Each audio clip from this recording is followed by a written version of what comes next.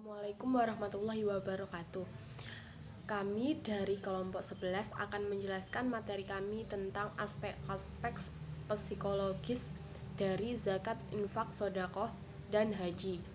Yang pertama ialah pengertian dari zakat, infak, dan sedekah. Yang pertama, pengertian dari zakat. Dari sisi bahasa, kata zakat diambil dari bahasa Arab zakah, yang berarti suci, baik, tumbuh, dan berkembang. Dinamakan demikian karena zakat merupakan proses memperbaiki dan membersihkan diri dari apa yang didapatkan.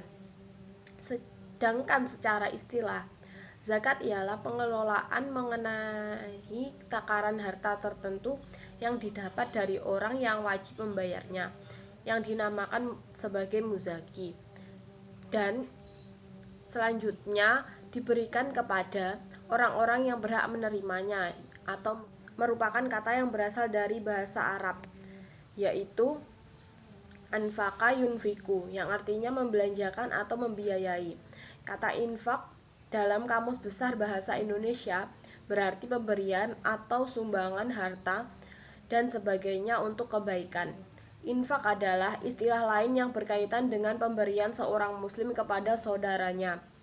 Infak merupakan kegiatan penggunaan harta secara konsumtif, yakni pembelanjaan atau pengeluaran harta untuk memenuhi kebutuhan, bukan secara produktif, yaitu penggunaan harta untuk dikembangkan atau diputar lebih lanjut secara ekonomis. Yang ketiga yaitu pengertian sedekah. Sedekah berasal dari bahasa Arab yaitu sodako. Di dalam Al-Munjid, kata sedekah diartikan yang niatnya mendapatkan pahala dari Allah, bukan sebagai penghormatan. Secara umum, dapat diartikan bahwa sedekah adalah pemberian dari seorang muslim secara sukarela, tanpa dibatasi waktu dan jumlah, atau haul dan nisbah, sebagai kebaikan dengan mengharap ridho Allah. Sedekah adalah pemberian harta kepada orang-orang fakir, orang-orang yang membutuhkan, atau pihak lain yang berhak menerima sedekah tanpa disertai imbalan. Sedekah hukumnya adalah sunnah, bukan wajib. Karena itu, untuk membedakannya dengan zakat yang hukumnya wajib, para fuqaha menggunakan istilah sedekah ta'awu atau sedekah an-nafilah atau sedekah sunnah. Sedang untuk zakat dipakai istilah dengan sedekah al-mafru'ah atau sedekah wajib. Yang selanjutnya, nilai psikologis dalam zakat. Zakat mendidik jiwa untuk saling berbagi, saling menyayangi, saling menghormati, dan saling tenggang rasa. Zakat dapat memperkuat silaturahmi, menjaga keamanan masyarakat, mengurangi kejahatan, meningkatkan kesejahteraan, serta mengurangi rasa ketergantungan yang berlebihan terhadap benda-benda yang dimiliki. Secara psikologis, perbuatan saling memberi akan menimbulkan ikatan batin antara pemberi dan penerima. Oleh karena itu, di samping menjalankan kewajiban membayar zakat, perilaku membayar zakat dapat menimbulkan ikatan sosial yang kuat antara orang kaya dan orang yang miskin. Yang kedua yaitu nilai psikologis dalam infak. Yang pertama, infak dapat menanamkan rasa percaya diri bahwa setiap orang dapat berposisi sebagai pemberi tanpa harus menunggu menjadi kaya. Rasulullah Shallallahu Alaihi Wasallam telah menyampaikan bahwa bersedekah sama sekali tidak mengurangi harta yang dimiliki seseorang. Beliau bersabda yang artinya, tidaklah sedekah itu mengurangi kekayaan. Hadis riwayat Tirmidzi, Muslim, dan Ahmad.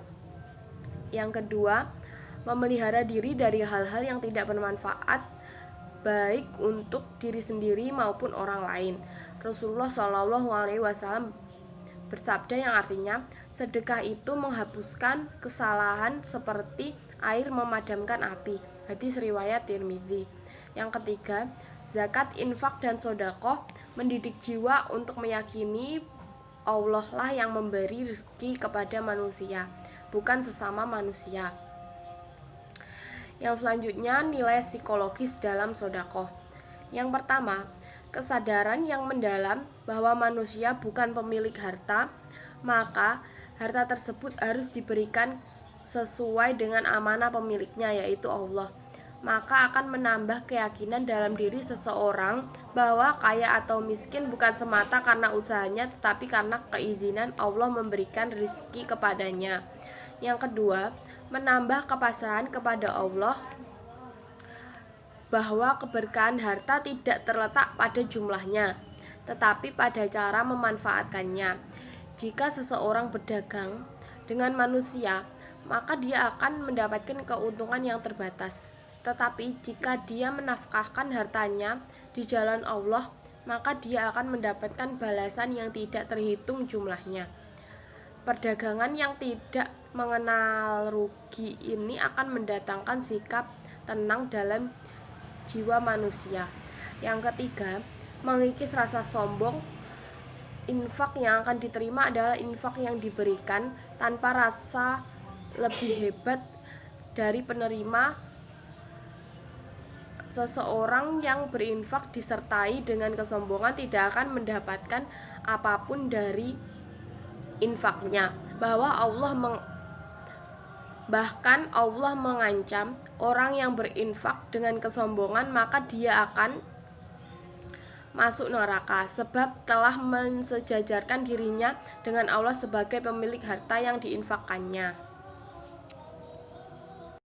Oke, baik, untuk materi selanjutnya, sebelumnya saya perkenalkan, saya Muhammad Hafizah Putra akan menjelaskan materi yakni pengertian ibadah haji. Pengertian haji secara etimologis berasal dari kasdu, maksud, niat, menyengaja. Sedangkan kata umroh berarti ziarah. Secara terminologis, haji ialah bermaksud menuju Baitullah dengan cara dan waktu yang telah ditentukan. Dari pengertian tersebut dapat dipahami bahwa haji dan umrah adalah untuk melakukan kewajiban ziarah ke Baitullah karena Allah. Sudah tercantum di Quran surah Al-Baqarah ayat 2, juz 2 ayat 196. Nah, kata haji sendiri selalu dikaitkan dengan mabrur haji. Nah, apa itu? Ibadah haji yang diharapkan dicapai setiap umat Islam yang telah melaksanakan ibadah haji. Kata mabrur berasal dari bahasa Arab yang artinya mendapatkan kebaikan atau menjadi baik. Haji mabrur dapat termanifestasikan dari perilaku sosialnya setelah ia menunaikan ibadah haji mabrur. Tidaknya haji seseorang itu parameternya adalah amal soleh sosial yang dilakukannya setelah pulang dari tanah suci. Bukan gaya dan mode pakaian serta parfum wangi yang dipakai ketika kembali di kampung halaman seperti yang dilakukan oleh sebagian jamaah haji kita. Jadi seperti itu. Nah, ibadah haji adalah safar rohani menuju Allah. Sebagai tamu-tamu Allah harus menjaga adab-adab batinnya. Imam Al-Ghazali menyebutkan ada beberapa etika dalam berhaji. Di antaranya, yang pertama, berhaji dengan harta yang halal. 2, tidak boros dalam membelanjakan hartanya untuk makan dan minum. Yang ketiga, meninggalkan segala macam akhlak tercela. Yang keempat, memperbanyak berjalan. Yang kelima, berpakaian sederhana. Yang keenam, bersabar ketika menerima musibah. Nah, untuk materi yang D, aspek psikologis dari ibadah haji. Nah, ibadah haji itu mengandung nilai-nilai pendidikan jiwa yang sangat besar. Makna kemanusiaan dan pengalaman jiwa tak hanya terbatas pada persamaan nilai antar perseorangan dengan yang lain, tapi mengandung makna yang jauh lebih dalam dari sekedar persamaan tersebut. Nah, di dalam pelaksanaan ibadah haji, dalam acara-acara ritual atau dalam tuntunan non-ritualnya, dalam bentuk kewajiban atau larangan dalam bentuk nyata atau simbolik. Dan kesemuanya pada akhirnya mengantarkan jamaah haji hidup dengan pengalaman dan pengamalan kemanusiaan universal, keseluruhan jadinya ya. Beberapa nilai pendidikan jiwa yang diperoleh dalam pelaksanaan ibadah haji, diantaranya pertama, kesadaran terhadap persamaan derajat di hadapan Allah. Ibadah haji yang dimulai dengan niat kemudian mengenakan pakaian ihram yang berwarna putih dan tidak berjahit. Pakaian tersebut menyadarkan pemakainya bahwa mereka tidak berbeda satu dengan yang lainnya. Yang kedua, kepatuhan terhadap larangan Allah. Penggunaan pakaian ihram berlanjut dengan kepatuhan meninggalkan sejumlah larangan Allah bagi pelaku ibadah haji. Nah, jangan menyakiti binatang, jangan membunuh, jangan menumpahkan darah, dan jangan mencabut pepohonan. Jadi seperti itu. Larangan ini bermakna bahwa manusia berfungsi memelihara makhluk Tuhan itu dan memberinya kesempatan seluas mungkin mencapai tujuan penciptaannya. Dilarang juga menggunakan wangi-wangian, berjumbu atau kawin, dan berhias supaya setiap haji menyadari bahwa manusia bukan hanya materi semata-mata. Bukan pula birahi. Hiasan yang paling disukai dan dinilai Tuhan adalah hiasan rohani.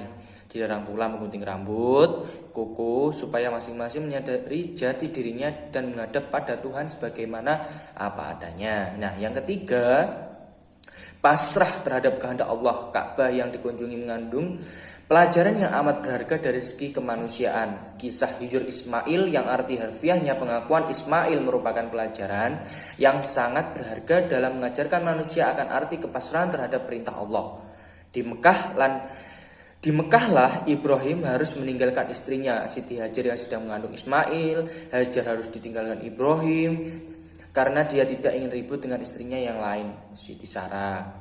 Seorang perempuan berkulit hitam miskin bahkan budak rela ditinggal suaminya di Mekah karena yakin bahwa hal tersebut perintah Allah. Allah membalas kepasrahan Hajar dengan memberinya kedudukan menjadi ibu seorang nabi yang dari garis keturunannya lahir seorang rasul terakhir Muhammad SAW yang melanjutkan perjuangan Hajar berhijrah dari kejahatan menuju kebaikan. Nah, yang keempat itu kesucian, ketegaran, pemaaf, murah hati, dan menghargai orang lain ketika melakukan tawaf yang menjadikan pelakunya larut dan berbaur bersama manusia lain. Jadi seperti itu. Serta memberi kesan kebersamaan menuju satu tujuan yang sama, yakni berada dalam lingkungan Allah. Setelah tawaf dilakukanlah sa'i. Ketika melakukan sa'i, seseorang yang melaksanakan haji akan terbayang pengalaman Hajar mencari air untuk putranya. Keyakinan wanita ini akan kebesaran dan kemahakuasaan Allah sangat kokoh. Nah, dan yang kelima itu adalah kearifan dan pengenalan diri di Arafah, padang yang luas lagi gersang itu. Seluruh jamaah wukuf atau berhenti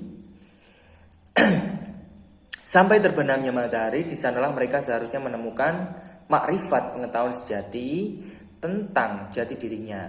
Akhir perjalanan, serta di sana pula ia menyadari langkah-langkahnya selama ini, sebagaimana ia menyadari pula betapa besar dan agungnya Tuhan.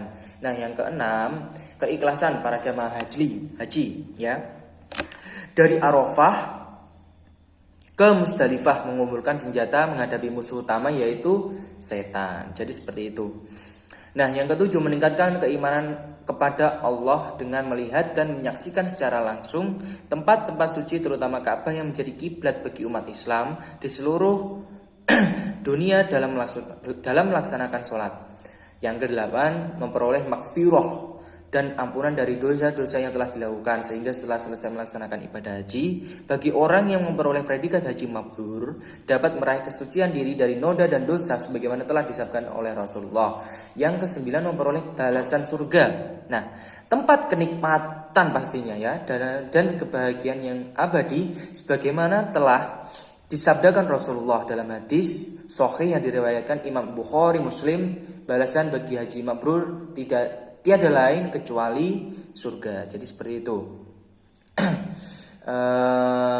Sedikit saja, semua pendidikan jiwa di atas hanya akan diperoleh. Nah, orang yang melaksanakan ibadah haji ini dengan keimanan dan juga keikhlasan. Jadi seperti itu. Bahkan mereka yang tidak dapat mengamalkan ibadah haji karena keterbatasan kemampuan dana dapat memperoleh pahala yang besar pada hari raya Idul Fitri. Jadi seperti itu.